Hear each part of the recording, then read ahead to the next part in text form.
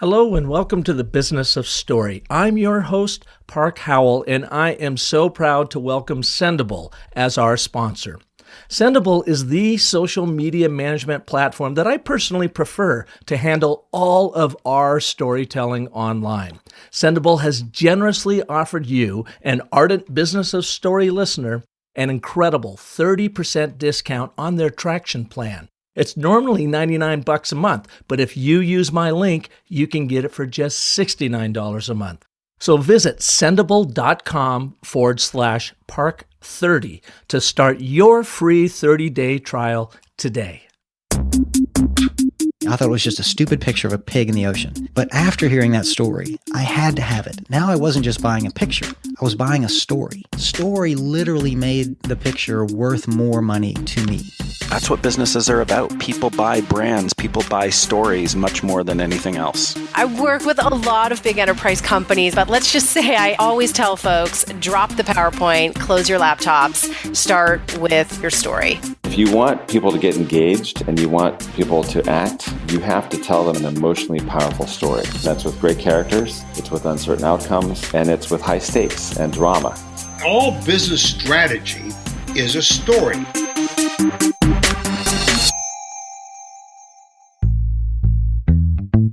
You've heard me profess many times on this show the power of the fundamental story structure of the and, but, and therefore narrative framework, especially to focus your messaging for your purpose-driven brand storytelling.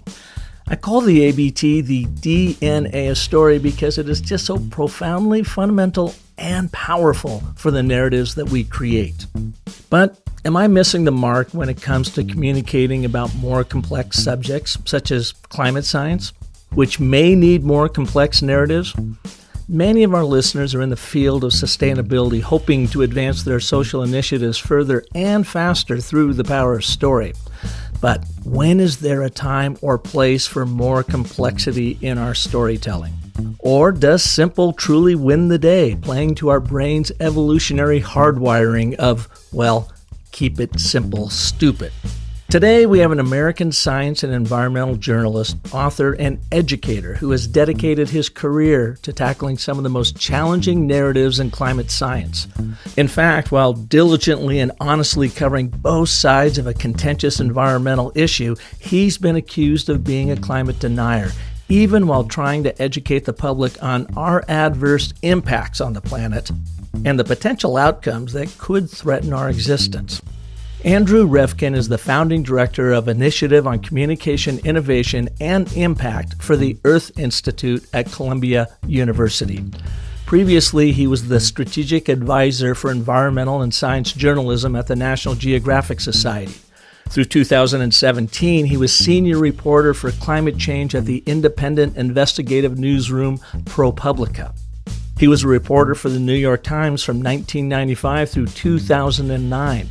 In 2007, he created the .Earth environmental blog for the Times and was recognized by Time magazine as one of the top 25 bloggers in 2013. Revkin has also written 4 books: Global Warming, Understanding the Forecast; The Burning Season, The Murder of Chico Mendes and the Fight for the Amazon Rainforest, which, by the way, HBO turned into a prize-winning movie starring Raul Julia.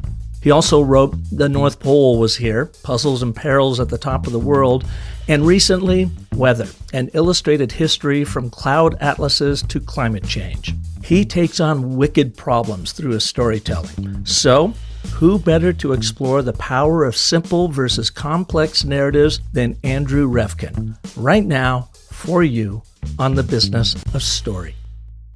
Andy, welcome to the show. It's great to be with you and to meet you. You know, I got to tell you, I grew up in Seattle, and we did a lot of camping, a lot of, outdooring with my mom and dad. And we had the Columbia River, of course, up there, the Great Pacific Northwest. And when I was a little kid, I heard about Columbia University, and I told myself, that's the school I'm going to go to someday. Well, 50 years later, I'm here with you at the Earth Institute. I haven't exactly studied here, but it's an honor to be here with you today. Thanks for being No, on the show. I'm glad you found it. Yeah. And I got my good friend, our mutual friend, Randy Olson, for making this connection. You know, he and I have been working together for the past 5 or 6 years around using his and but and therefore framework, the simplicity of it, you know, to build narrative intuition, to use this foundational narrative structure, which, you know, we both have been accused as being reductive and insulting. But from a branding standpoint, my job has always been over the last 35 years is to take this big idea around a company and a brand, their personality, their ethos, and boil it down to a simple, core, impactful narrative that hooks you but is honest and true to the brand. And so I find we do that in this day and age. A lot of my work is in sustainability and environmental communications, and I'm a big believer in this simplicity. But today, with you, with your incredible background, we're going to explore this intersection of what really works. Right. Simplicity or complexity in this world of communicating climate science and global change. Yeah, and of course, we're not in an either-or world. It's and. Yeah, and. Plus, especially for any of these tough issues, because, again, there's no single story. And there's no single path. So that's one of the challenges with climate. It's a variegated problem. Not everyone experiences climate change in the same way, for sure, not just geographically, but in terms of your socioeconomics. You know, if you're poor, and like the poor Haitian workers in the Bahamas who were hammered by Dorian, they were hammered by being poor and dislocated and living in shanties in the Bahamas, much more than they were dislocated, and they were affected by global warming. I mean, there are hurricanes in that part of the Caribbean all the time. So for them, climate vulnerability is very different than me or you. You know, we have the comforts of fossil fuel air conditioning and heating, depending on where you are. And that came to me slowly in my journey reporting on these issues. It is tough in that sense, but that doesn't mean you give up on and but therefore. It doesn't mean you give up on storytelling. In many ways, it means go deeper. And find more of those small stories that help inform the issue on both sides of the issue versus just picking out a villain, postering them up, and then doing everything in your power to be almost one-dimensional going after that villain. So there's depth and dimension you're looking for. Oh, for sure. And in your world, you know, thinking about marketing anything or thinking about engaging any audience, if you're not doing a lot of listening, you're doomed. You could say and but therefore. But if you're speaking the wrong language, for example, that would not work. So if you're not listening to whether a person loves solar power because he's libertarian and wants to get off the grid, if you think that and but thereforeing him to success on global warming, it's not going to work. Yeah. He's libertarian. There are people, I've seen this in the Midwest or in the oil patch who will never accept that global warming is the thing to worry about, but who are eager to get off the grid because they're, goddammit, pioneering, you know, go-it-aloners. They want to generate their own power. So that's a key part of this. But that's true for any marketing initiative as well. You got to know who's at the other end of the conversation. Yeah. Well, speaking of your journey, you become a very popular and well-read author on the environment, everything from your work through the New York Times and .Earth. Can you give us a little bit of your backstory? How do you find yourself here now at the Earth Institute doing the great work you're doing? Well, the thing that sucked me into journalism was when I was in my young teens. It was actually Jacques Cousteau, a storyteller, you know, in the 60s. He was on NBC, you know, the undersea world of Jacques Cousteau. And I was growing up in Rhode Island, already loving the ocean. But I didn't buy my favorite bar mitzvah present was a snorkel and a mask that were his U.S. divers. That was a company that he helped found. I can just picture those on you right now. Yeah, and then that led me to the undersea world of Rhode Island, where the first time I saw a scallop swimming. Here's a mollusk. You think of mollusks as just sitting around, and it was swimming.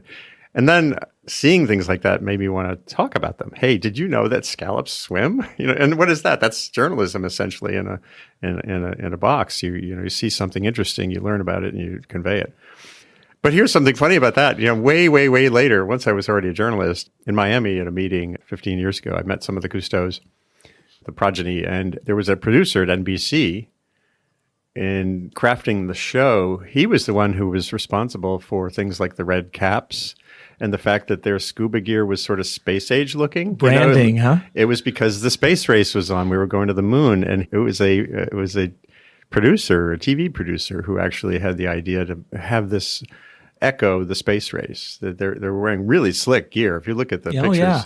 Now that you mentioned that, I grew up watching it as well, and I never thought about that. I never really, I was sucked in by the story, the romance, the exploration, the pioneering, and the importance of the oceans. And it's wonderful, and coral reefs are amazing and all that stuff. But they had to package it in such a way that it would be interesting to the American public. It was still a packaging thing. Yeah. And even now, people who are focused on ocean science are still bemoaning that we know less about the seafloor than about the face of the moon and the like. So there's more there to do, and we do sort of take the oceans for granted. Mm-hmm. So in a way, that's part of this challenge. So were you writing at an early age?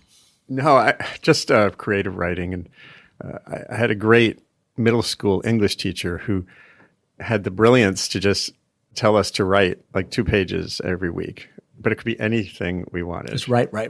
Fill a couple of pages. And I started this thing, I called it the exploits of Edgar. Because I in my own head, I had to figure out a way to fill a couple of pages. So I just created this character like Perils of Pauline. And I wish I had some of that stuff around. It's not it'd be classic. Yeah, I know. There you go, the exploits of Edgar. My next project. But I hadn't thought about journalism in high school. We had it wasn't even an underground newspaper. It was just a rag. Mm-hmm. We called it East Greenwich After Dark, EGAD. and it was scandalous. And we did it on the mimeograph machines in the office when no one was looking. And it was pretty bad. It wasn't journalism. So I didn't really get into journalism until I was out in the world.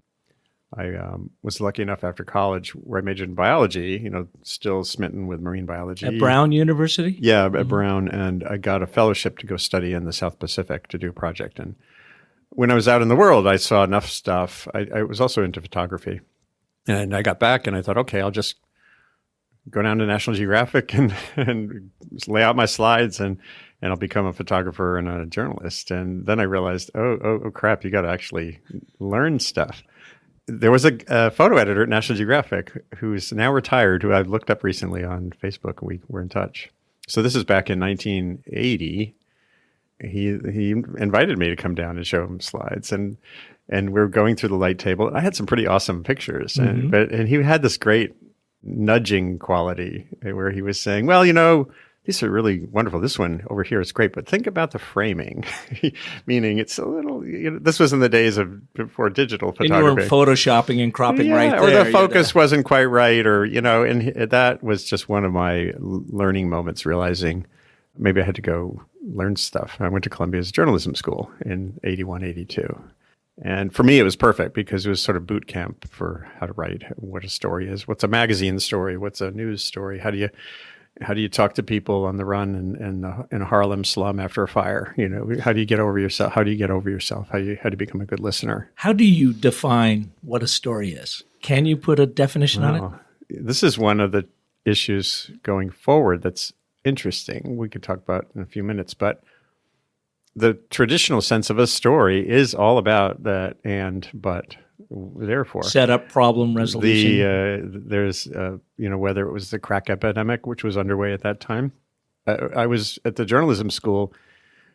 I went down to NYU to a hospital where they were having all these weird cancers come in. They were calling it gay-related immune deficiency. GRID was the pre-AIDS name for HIV, for the symptoms. And so there you have this disturbing story. Those young men mostly were dying of something no one knew. So that's like scary, and it gets your attention in a hurry. Story is something that's different or a little bit off or a little bit challenging. And we grow up with this sense of heroes and villains, tribe and not tribe.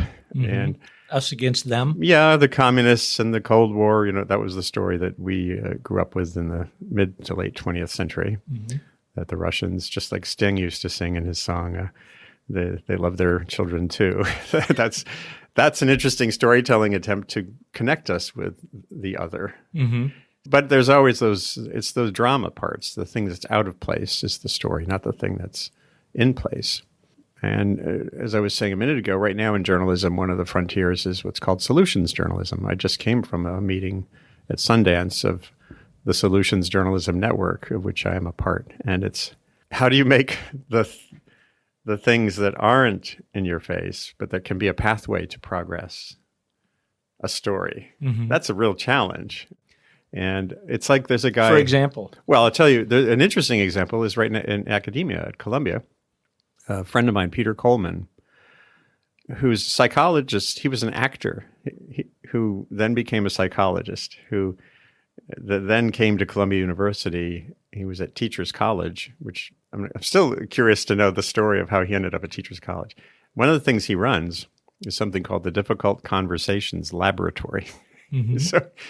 And he has spent the last 25 years studying conflict all around the world, places. How do you get out of conflict? How do you create a better conversation that can drive an agreement to do something amid intractable difference, which is a big chunk of our global challenges right now.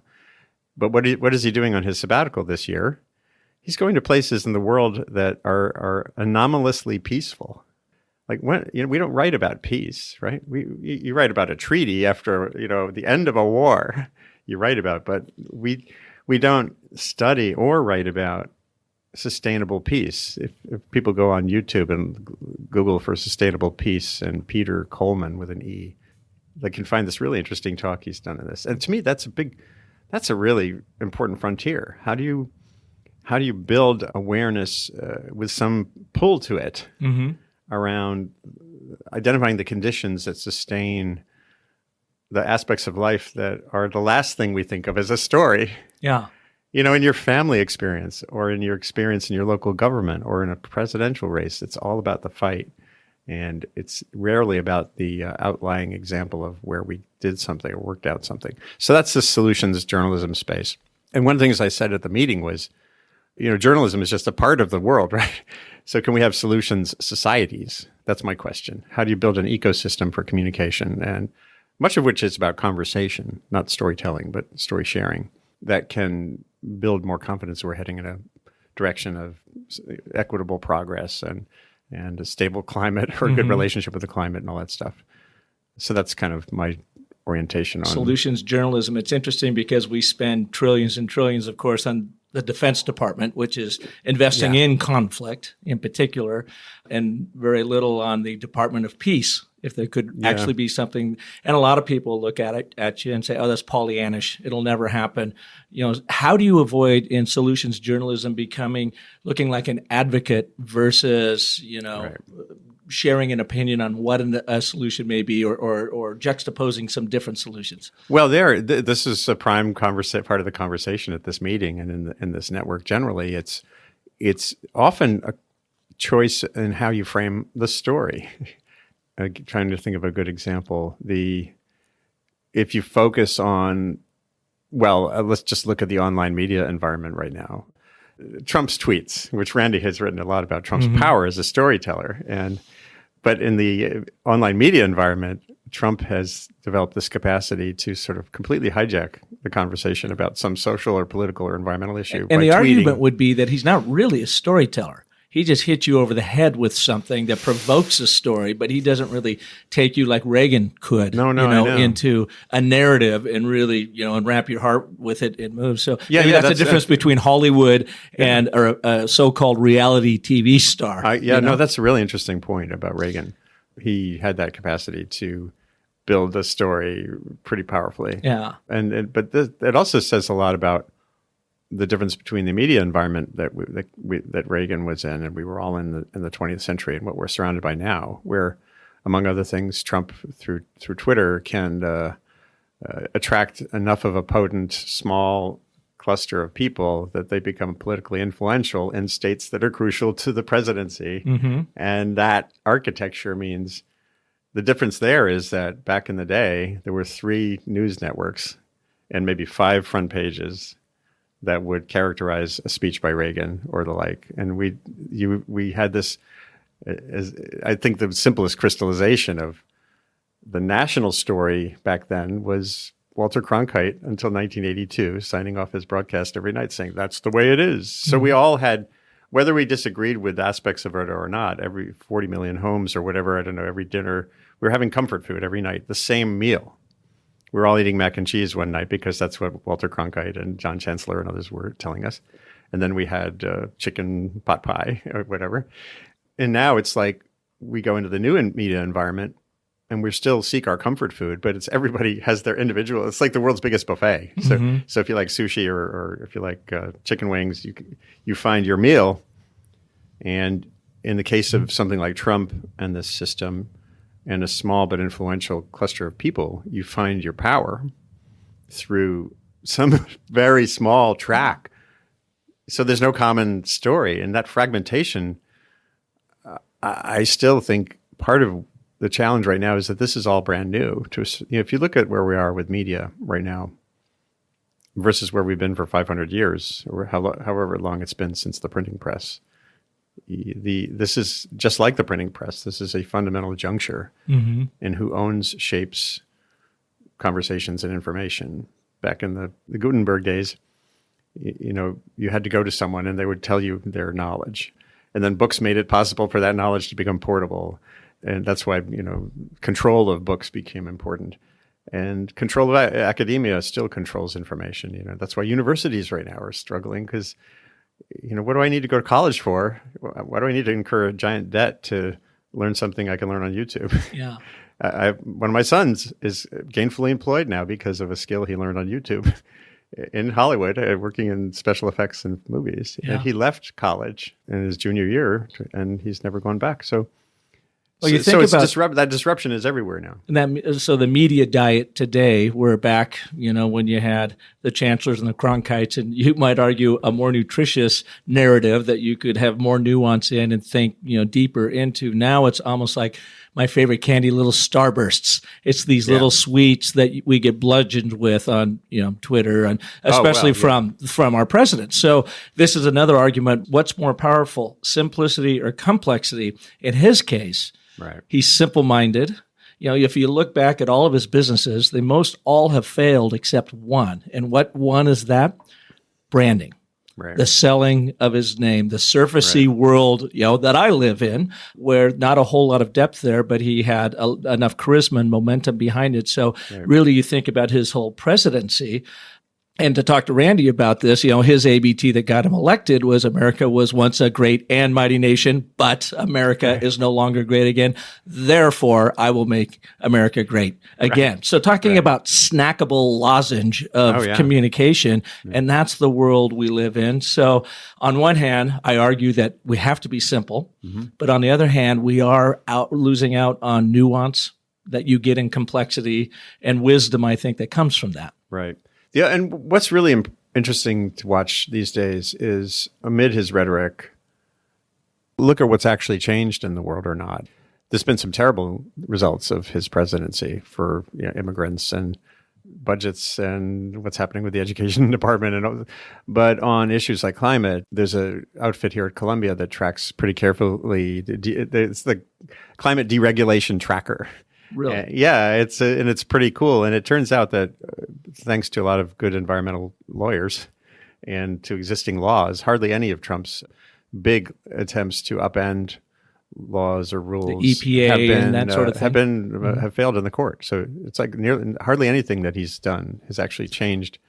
There are devastating impacts, but it's important to look beyond the simple picture that he has portrayed in a way, and that the media just suddenly, if we focus too much on the things he says and we're not tracking what's actually happening in the world, then that's a big failure of the media. And that's one of these struggles right now, along with solutions journalism. How do you avoid writing about his tweets? You can't avoid writing about his tweets responsibly as a journalist, but then how do you build around that some landscape of reality? If you don't do that, then that's a failure too. Well, and it's so bombastic that you can't ignore them. I mean, he's an expert showman. He's a brander with not a lot of depth to it. Right. So let me ask you this: what has he done well in his presidency? He has stuck to his script. He knows, if you look carefully at virtually every move he's made, it's been exactly along what he got elected on. Paris. He will never put his name on anything with the word Paris, because that was an Obama thing, and the Clean Power Plan, that was an Obama thing. For him, it's pretty clearly a checklist of things to X off with a big fat Sharpie. And that's his amid all of his flakiness, his consistency has been narrative around the narrative that got him elected. He sticks with that. I don't know. So that's good for him. Yeah. Has he done anything good for this country? Well, there were all these in theory moments, like when he said we need an infrastructure boom, Yeah. And I wrote about that when I was still at .earth. The language that came out of his campaign was great, but none of that has happened. You can build an infrastructure that's smart and resilient, and you don't even have to talk about climate change, because most of the things that need to happen are things to the infrastructure for electricity or for just basically resilient cities, bridges, are things you need to do anyway. Mm-hmm. So, it's hard for me to say, let me see if there's anything I could identify as good. Even questions about the EPA. See, if you were a smart, if you were actually interested I think I've stumped him, folks. No, if you're interested in the future of the country and you think that the EPA is broken, that's something you could talk about. The EPA came about around 1970 as a mechanism to deal with a huge issue of pollution legacies. It came out of Nixon, right? Yeah. Sort of a surprising a place. Republican. Mm-hmm. One of the, I'm sure Randy would agree that Nixon's, I think it was 1970, somewhere in there, he gave a State of the Union speech. It was probably the greenest speech that a president ever gave. And it actually said, this is going to cost money, but we have to fix the environment. And you look at it, every line, it's very interesting. It's about, so in a way that sort of reflects that there are questions asked now about the future of the EPA. Do we still need an EPA of 20,000 people, or should it be 10,000? Now that we have technology to help us monitor water and we have much more capacity to understand pollution trends. So there are questions to ask. I would like to think someone could prod the system and then actually interrogate the questions, as opposed to just, if it's done in the way Trump has done it, it's been just Xing off these campaign issues and then not really doing anything. So I just don't see much there at all. Yeah. Going back to this idea of simplicity versus complexity and what works in communicating this to get the bell curve of Americans on board and actually caring about this. I'm out here in New York because yesterday I was over at CDP, known as a Climate Disclosure Project, and Bruno Sarda, who's a good friend of mine, he also was inspired by Jacques Cousteau as a young man growing up in France, and he's out here now. If you haven't met Bruno, brilliant mind, and he's heading up CDP for North America, and I got a chance to do a story workshop for a half day with his team over there, about 30 of his really, really bright, youngish professionals that are really dedicated to doing something about climate change. And if I took anything away from that, it's like our future's in good hands. We have smart, caring young professionals that are really trying to do something about this. We probably just don't have enough of them. Well, in working with them, CDP is primarily an analytical, data-driven company. That's what they sell, to go in and be able to help large corporations understand their impact. And I was working with them, and I was saying, what's the first syllable in numbers? Num. And I posit that our Homo sapiens brains just have a hard time putting these numbers together and making any sense of them, because we didn't need them when we were trying to navigate and survive the savannah 100,000 years ago. So in that part of our brain, our limbic system hasn't changed appreciably since then. And yet our brilliance of our cortex is like bombarding us with data, facts, charts, and graphs. And I think it confuses even the brightest of us all, unless you are, in that club somehow. So I communicated to them. I said, start with the stories. Put those numbers in a context. It doesn't have to be this big epic story. It can be a small little anecdote. And Sarah, one of their employees there, when their professionals was telling me, I always like to start and say 3 out of 4 executives in America now believe that climate change is a real thing and they're doing their part. And I said, well, why would you start with that? Because I want to be an expert. I want to let them know I'm an expert. I said, can you take me to one of those companies and tell me who that is? And she immediately then told me about John Deere and the amazing work they're doing. Kind of a surprising place you might not think about. And I said, what if before you rolled out that data point, you rolled out the John Deere story, surprised your audience, invite them into the human level, and then say, and by the way, John Deere's not alone.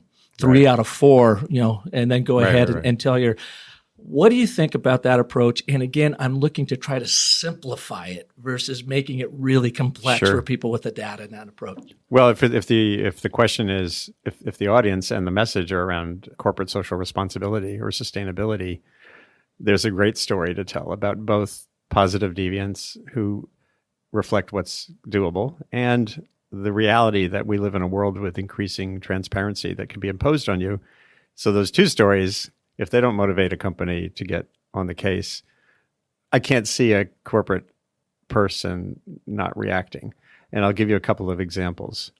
Once upon a time, there was John Brown at BP, who was the head of a company extracting oil and gas, but they realized they were losing gas from operations, from the well drilling and the Southwest. I went down in 2009 for the New York Times to a field where they were demonstrating what they can do to cut the emissions of natural gas into the atmosphere. Natural gas is mostly methane, and methane is a heat-trapping gas. But it's also a fuel, so if you keep it in your pipeline, you can sell it. If you let it into the air, not only are you losing money, but you're losing product. And he created a culture at BP in the gas operations that just was fascinating to see up close. It wasn't a culture of numbers. It was a guy whose name I'm forgetting, who went around the world to BP's operations and kept checking in on them. How are you doing on cutting emissions from your gas and oil wells and the like? And he got down to the New Mexico fields. This was in the mid-2000s, and they had cut their emissions by half from their production. And he said, great, but so why are you stopping? And they ended up they cut their releases of gas 99%, essentially eliminating this through a corporate culture in which best practices is not a number. Mm-hmm. It's an attitude and a behavioral practice. It's sort of like exercise or yoga, or where you do the thing, you're disciplined, you keep checking for new options. You build a culture that's looking for new ideas to keep going. And that struck me as a really powerful story.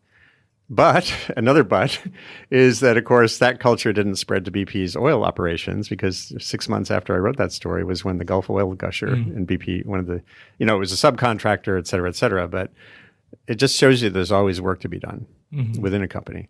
Now, the pressure from the outside is so beautifully illustrated by Volkswagen and the huge fraud that was exposed a few years back, which came from a tiny laboratory in West Virginia University. So a university engineering lab with a $100,000 grant from a little nonprofit was testing diesel cars.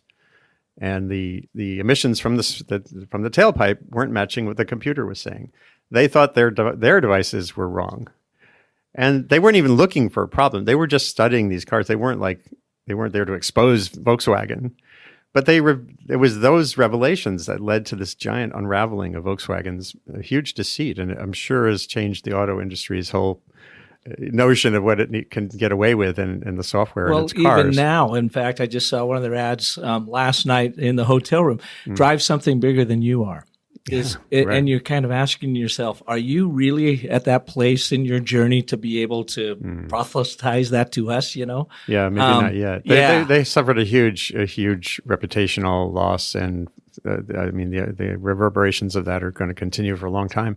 And what I say to young people in universities, including Columbia now, is that think of the untapped potential on campuses to be like that lab in West Virginia University with some more purposeful efforts, turning the lens of your scientific and technical skills outward in a true laboratory way. What's the potential for us to be exerting that kind of positive pressure on industry to essentially understand that if you don't check your own practices and culture, we'll be checking it for you.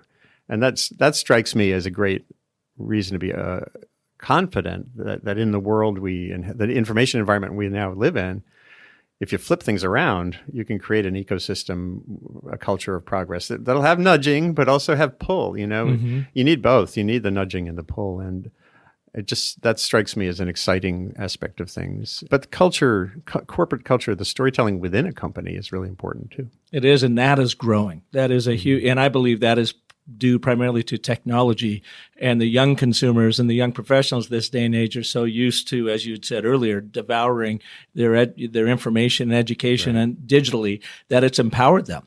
Brands used to own the influence of mass media, but now the masses are the media. A line I use all the time to say, look, we have this fundamental paradigm shift, and they own your story. And the thing that is interesting I've learned in my pursuit of trying to understand story and storytelling is it always delivers a truth even when you're telling a fiction. In that, so here's Volkswagen telling an untruth, and positioning their brand narrative for years, only to be found out by this University of West Virginia. Yeah. That truth ultimately rises to the top. Now, Randy was telling me too in some of your work, because you too try to approach sustainability in the environment from a non-biased area, you like to look at both sides of an issue, fracking or whatever, say, well, let's not just villainize it. Let's look at the pros and cons of both sides, and let's see if we can be more complex about how we think about it. But is it true that you have been, by some climate scientists, be considered a climate denier just because you are covering both sides of the story? Oh, I've been labeled everything you can imagine. Once there was a climate blogger who said I had a Charlie Sheen moment related to California climate policy because I was being realistic. It's one thing to pass a law saying we're going to decarbonize 80% by 2030 or whatever. It's another thing to see how that would happen in the real world. And that's where numbers do come in handy. So there are things that you have to measure, and numbers give you a capacity to take a story in a new direction if you find a way to tell that story. But that can, there was another, he's a friend, David Roberts, who was at Grist for a while and now is at Vox. There was a point in some of these macro discussions of the Keystone Pipeline, pros and cons of how much do we press Obama to reject that pipeline. That was the issue at the time. And I was looking at the oil industry in a macro way. Oil will find its way to markets. It'll find its way. It's like water that way. Yeah, no, it's like a plumbing system. Exactly. And then I was labeled a VSP, a very serious person. And that's not a good thing. You don't want to be a very because they're boho-whoring? Well, no, because they're inconvenient. Okay. They break narrative. They challenge narratives. So VSP is not something you want to be. I've never heard that. Oh, well, there you go. I've never been accused of that. Hashtag VSP. Very serious person. And the one that rankled me, that really got under my skin, was when I was labeled a hippie puncher. Which it really is about, again, challenging narratives, right? It's like, hey, you're all you kids.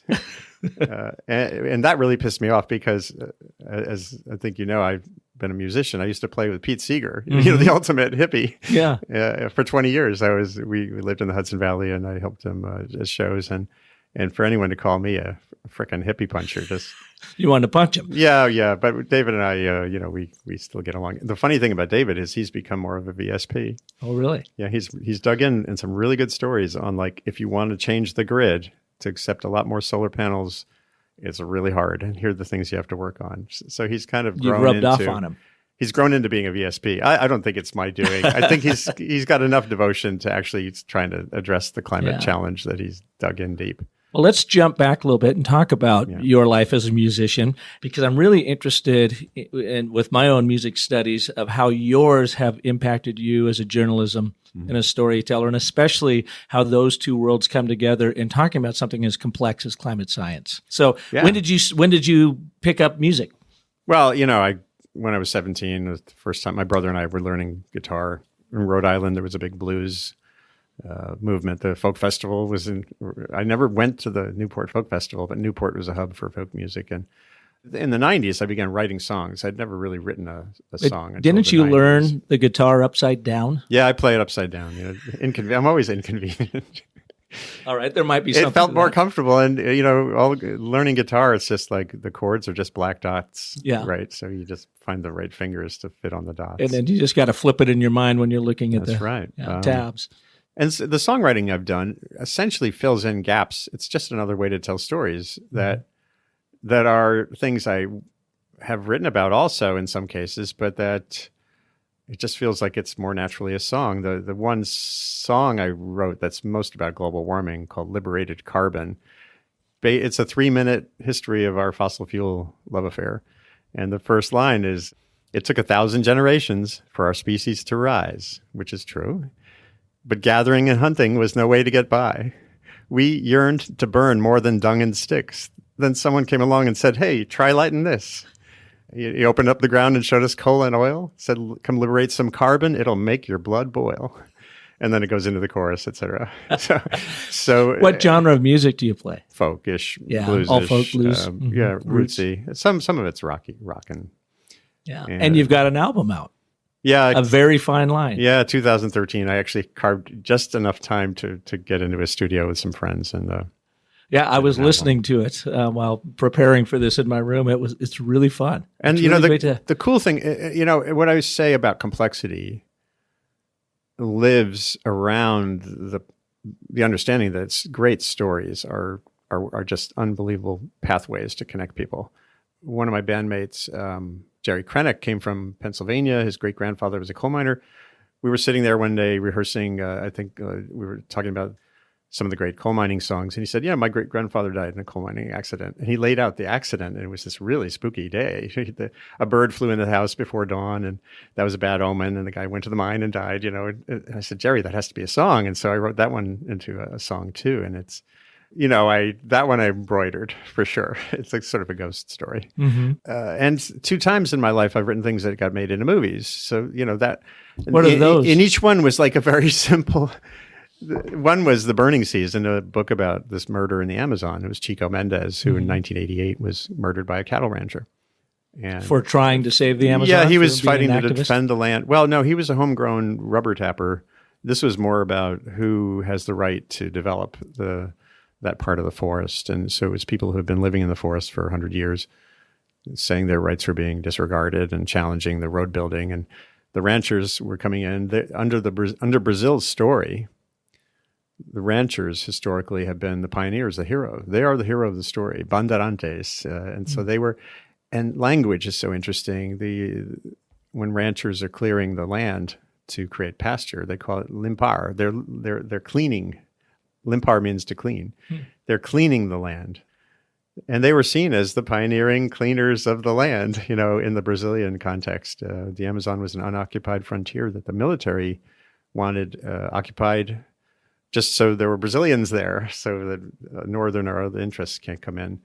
And that's why when President Macron of France recently tweeted disparagingly that, the President Bolsonaro of Brazil was, as Macron wrote in his tweet, our home is on fire.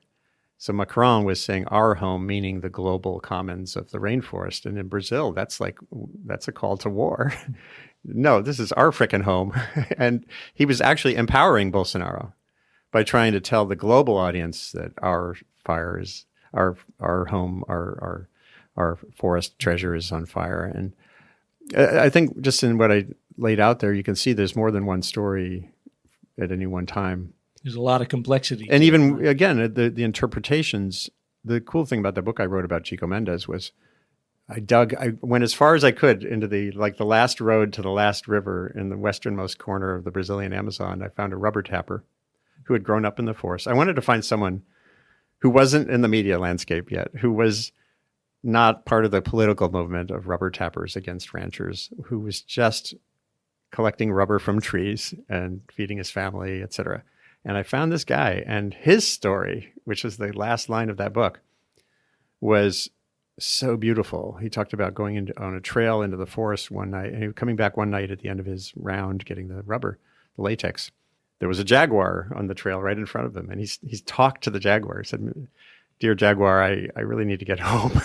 Don't eat I don't want to, can we just agree to disagree?" And then he got home, and he said, he described very powerfully how just simple facts. Like he said, I always get a headache when I go into the town, and I never feel comfortable until I'm on my trail going back home to the forest. And so I finally was convinced there's a real story. Mm-hmm. This isn't just politics. It isn't just socialist rubber tappers and capitalist ranchers. There's a profound relationship between some people in this rainforest and the forest around them as it exists now, not by just tearing it down. And that's to me gave that power. And it ended up being an HBO movie. And actually, there's an interesting little story. I know we could probably do 3 chapters of a podcast. But it was going to be a Warner Brothers film. It was a hot story at the time. Alex Humatoff had written a Vanity Fair piece, and it was like Chico Mendes, hero of the Amazon. Warner Brothers optioned my book, and they were getting ready to do the film. Andy Garcia was going to play Chico Mendes. But some high executive, I've never confirmed this, said, does he have to die? Does the hero have to die? Well, again, an inconvenient fact. Well, do you want it to be a true story or not?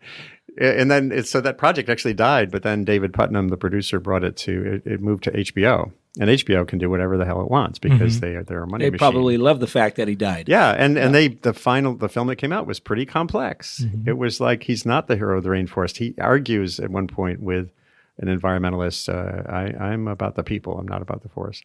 And so I love the fact that there was some complexity, even though it was, won several Emmys and stuff. And I got to meet Raul Julia, who ended up playing Chico Mendes, and he played it very passionately, and it was cool. So there are ways to do both, I think. You can have the power of a story, and you can capture some of those realities that are key as well. Like that story was about the people as much as the forest. The human impact of what's happening. Right. It's our rights, not just the trees. You had something that impacted your own personal sustainability in this, career. I need to take a break for our wonderful sponsor, Sendable. Yeah. And when we come back, let's talk about that, where your own personal sustainability was in question. Many of you have been following me in the business of story on social media for a while now, and I really appreciate it. And if you're not, I hope you will. We share valuable business storytelling tips to help your brand stand out among the awful noise out there. And we do it all thanks to Sendable, a social media management platform that helps over 3,000 digital agencies worldwide to work with their clients, breathe life into their brands, and get their stories heard on social media. What we like about Sendable is they make it super easy to manage your content and your stories online. They allow you to source content from clients and collaborate closely with them to create a social media strategy built on true and proven storytelling principles. You can reliably plan and schedule content to be automatically published to Facebook, Instagram, Twitter, LinkedIn, Pinterest, and more. And you can demonstrate the impact that this content has had on your audience growth and conversion by reaching out through their in-depth reporting and analytics.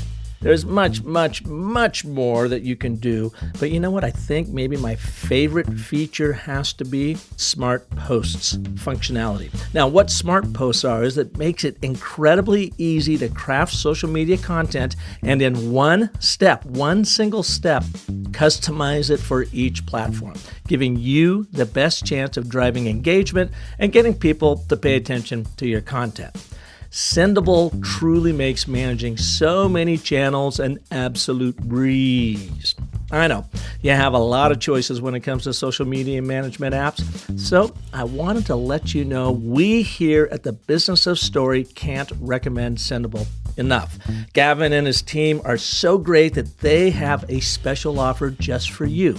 You can now get, as a special offer for Business of Story listeners, Sendable's Traction Plan for only $69 a month. That's a 30% savings.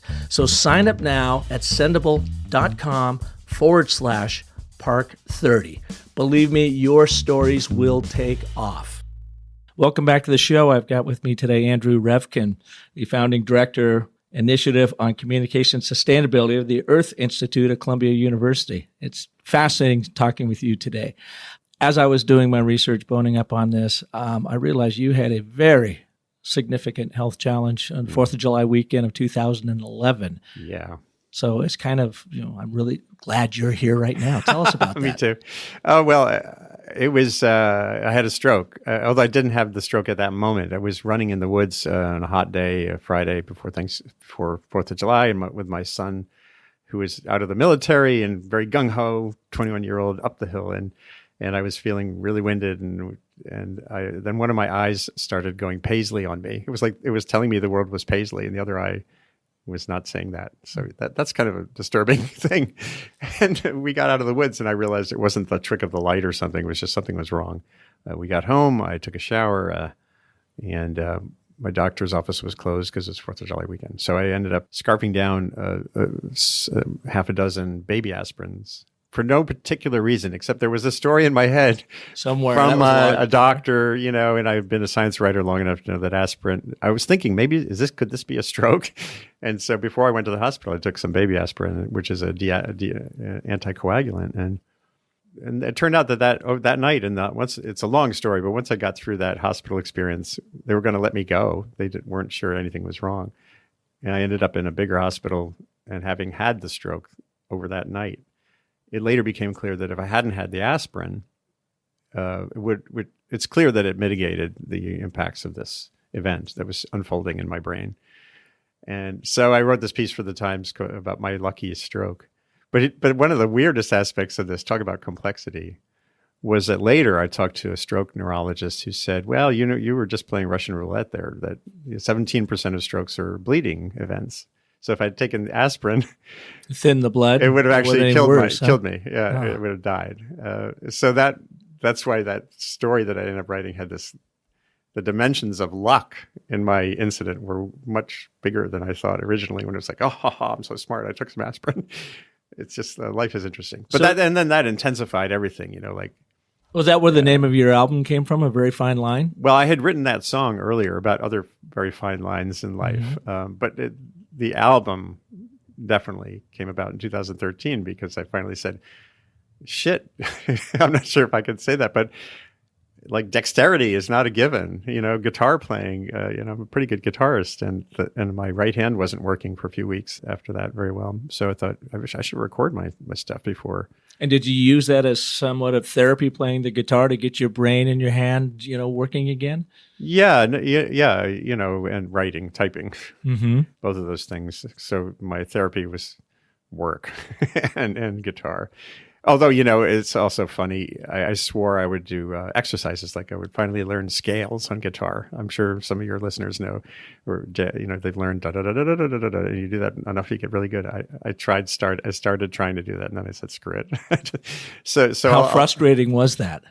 Well, I just part of that's just coming to terms with who you are. I just couldn't go there. So I'm still a guitarist who I like nuance in my playing. It's just my excuse for not doing scales is, well, I have really good touch. That touch being that emotional part of guitar playing. I have nuance. But it's, there are people who are great at both. I just decided, Yeah. I'm not. How has that event impacted you as a writer and a communicator and a storyteller to this day, especially since you are doing so much work on the environment sustainability? Well, I think one reason I came to Columbia after, here I'm not at the journalism school. There's a great journalism school here. I'm brainstorming with them all the time now. I came here to dive in on to me, the question that really feels tractable, which is, where in the world are there gaps in progress towards sustainable outcomes, a better relationship with climate, more conservation of biodiversity, more resilience in communities? Where in that landscape is the challenge or the problem or the hurdle, either a bad conversation or a lack of storytelling, a lack of basic storytelling in many countries? Replaced by what? Nothing. Like in developing countries, there's just no journalism capacity in many of the countries. So the countries that are most vulnerable to climate hazards right now have the least capacity to convey to communities how to endure a drought, how to change to a different seed if you're a farmer, how to think about settlement patterns so that, as in Dorian and the Bahamas, if you're running those resorts and you're not thinking about, where do I house my workers, so they're not living in a shanty that just gets pummeled by a hurricane, and illustrates the profound injustice that we have built in that the vulnerabilities to climate hazards are avoidable, but we negate the importance of the communities like those that are actually supporting the bigger economy. Those are things you can get some real traction on right now. And so at Columbia, I have relationships with the journalism school. We have 10 global centers, scattered around the world. I'm building a network across the campus so that artists and data people and climate scientists working in Ethiopia and public health scientists working in polluted slums in Nairobi can interface in ways that can convey more meaningful solution pathways. And this is, or I could just tell stories. What's the best use of my time? So having had the stroke, it definitely has intensified my personal urgency to do it's that opportunity cost thing. See, I didn't even know the phrase opportunity cost as a science writer for like 20 years. It's from economics. What are you not doing with your valuable time or money now that could be because you're locked into some particular vision of who you think you are, of what you think your story is?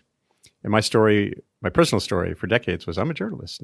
I tell stories, I win prizes, and I've become convinced that personally I can do the world a better service by enabling more storytelling, data visualization, integration of disciplines so that we build a more communicative culture, which circles back to what I was saying about solutions journalism. We need solutions journalism as part of journalism, along with great storytelling.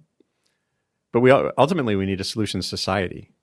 And this is from the corporate boardroom to the newspaper or the website. And how do you have to reframe their view to move from where they are into a solutions mindset? Well, and as a marketing expert and veteran, it's not just about moving their view. It's about empowering them to see new pathways, laying out a landscape in which they can define their own path toward how do they build corporate culture that's sustainable or the like. And the idea is that so many of them think sustainability is doing without, having to give up things, where it could be reframed to actually sustainability is an abundant mindset. It's you can make money at sustainability. You can be way more efficient, way more productive as an organization if you follow these principles. Well, yeah, and I think back to John Brown and BP, that's what he was doing, was saying this is a business imperative. Why would we lose gas and think that's a good thing?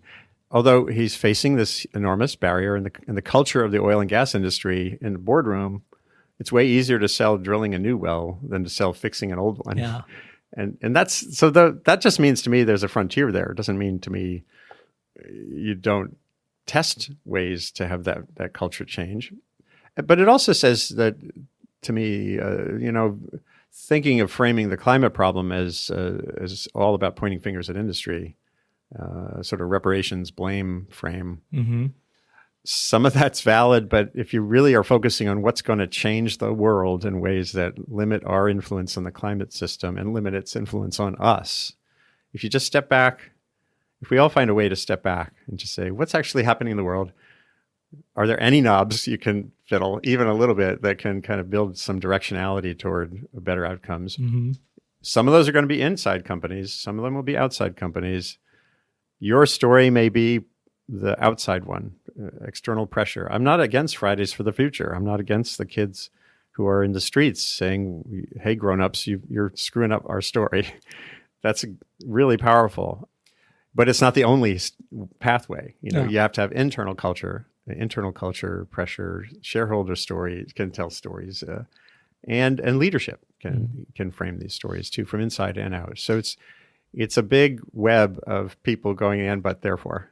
Having this, it's got to have this plasticity. Like, my journey from journalism to a broader look at this is just one of many journeys. There's a young guy I met, Billy Parrish, at the climate talks when he was like 22-year-old activist, barefoot guy in the hallways at the climate talks in Montreal, yelling at the grown-ups.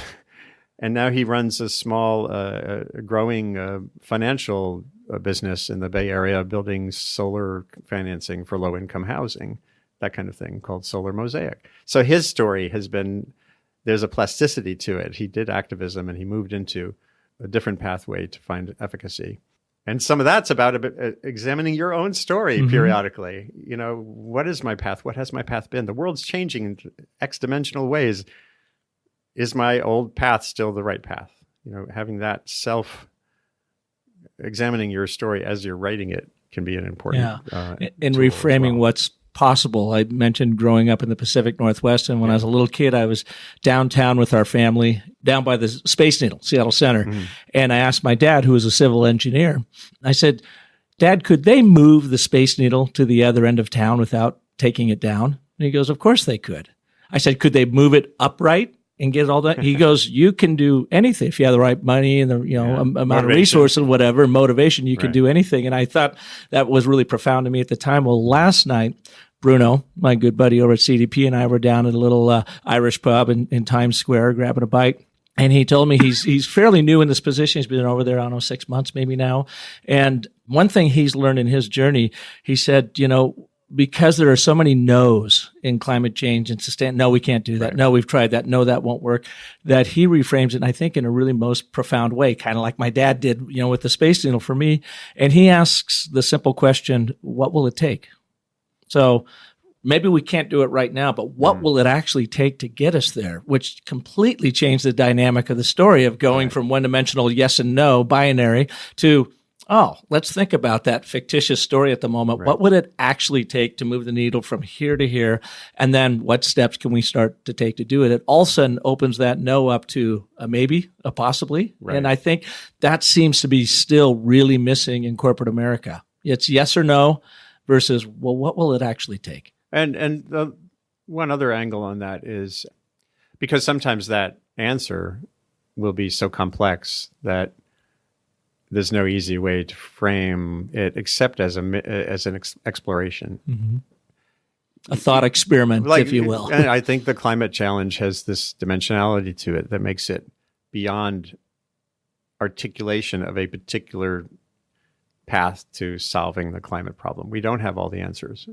We don't have the answers technologically, and we don't have the answers in terms of every time we learn something new about human behavior, it makes it feel more challenging to think about solving something like the climate crisis because of single action. Just how messed up we are. Single action bias, confirmation bias, all of these aspects of our brains that Daniel Kahneman's work that just suggests that we have really no idea what the hell we're doing. Or how do you step back from the momentary thinking you're doing to realize you're mostly reacting, and what do you do with that going forward? So final question for you, Andy, because I know you've got to run.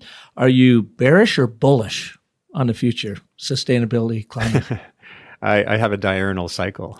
I wake up bearish. I go to bed pretty sapped and kind of, oh God. And I wake up saying, okay, let's get going. That's just my own biorhythm. Everyone has a different approach to these kinds of things. I do feel strongly when you think about an issue like climate or conserving biodiversity on a planet heading toward 9 billion people seeking decent lives, you have to have a sense of both urgency and patience. I ask audiences and people I talk to all the time, what does that feel like in your head? When you think of the words like urgency and patience, it's even hard to put them in the same phrase without thinking that's weird. But to me, it's ultimately about sustained engagement, having a framing, having your own sense of the ethical constructs, what can you work on in the world with your skill sets and your geography and your access to communication tools that can lead to expanding capacity for something that is good for the world. I think overall transparency is good for the world. There's lots of downsides there too. I think connectivity ultimately will be good. I think right now we're at the beginning stages of figuring out this thing called the internet. And it's really noisy. It's noisy and loud and cantankerous and exploitable. Just like, the worst of us when video came around. Well, it was porn first, and then it's become Netflix has created this amazing landscape of creativity. My other son is going into film because there's so many ways to tell stories now. So it's like a frontier. So, and that feels to me like the path forward. Find your niche, expand the things you can expand that relate to more sustainable, more thriving world with room left over for nature, if you care about nature, and then just keep working at it and know that you're never done and know that your story needs some plasticity too. I didn't even know this. My wife works in education, in environmental education. She did a graduate program recently, and one of her teachers talked about this concept called autoethnography, where sociologists, people in some of these social sciences, anthropology, they get together and they examine their own pathways periodically as a practice. And I think if we all did that thing too, that would be valuable. Pause and reflect, and then go forth again. So that's the path. So simple or complex narratives. What's the quickest way to get there, or the most powerful way to get there? This will piss off Randy. No, it's both. There, again, we're in a world of simple narratives that taken together, you have this tapestry that if you listen, you can find the overlaps between what can be conflicting narratives. This has happened repeatedly in my life, where you see someone who you can fight to the death on global warming, but who totally agrees with you on clean energy for a totally different reason. That's about identifying the common elements in simple stories that are intersecting. So storytelling and listening and reflection can lead to progress.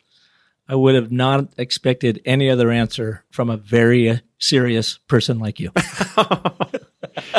a humane VSP.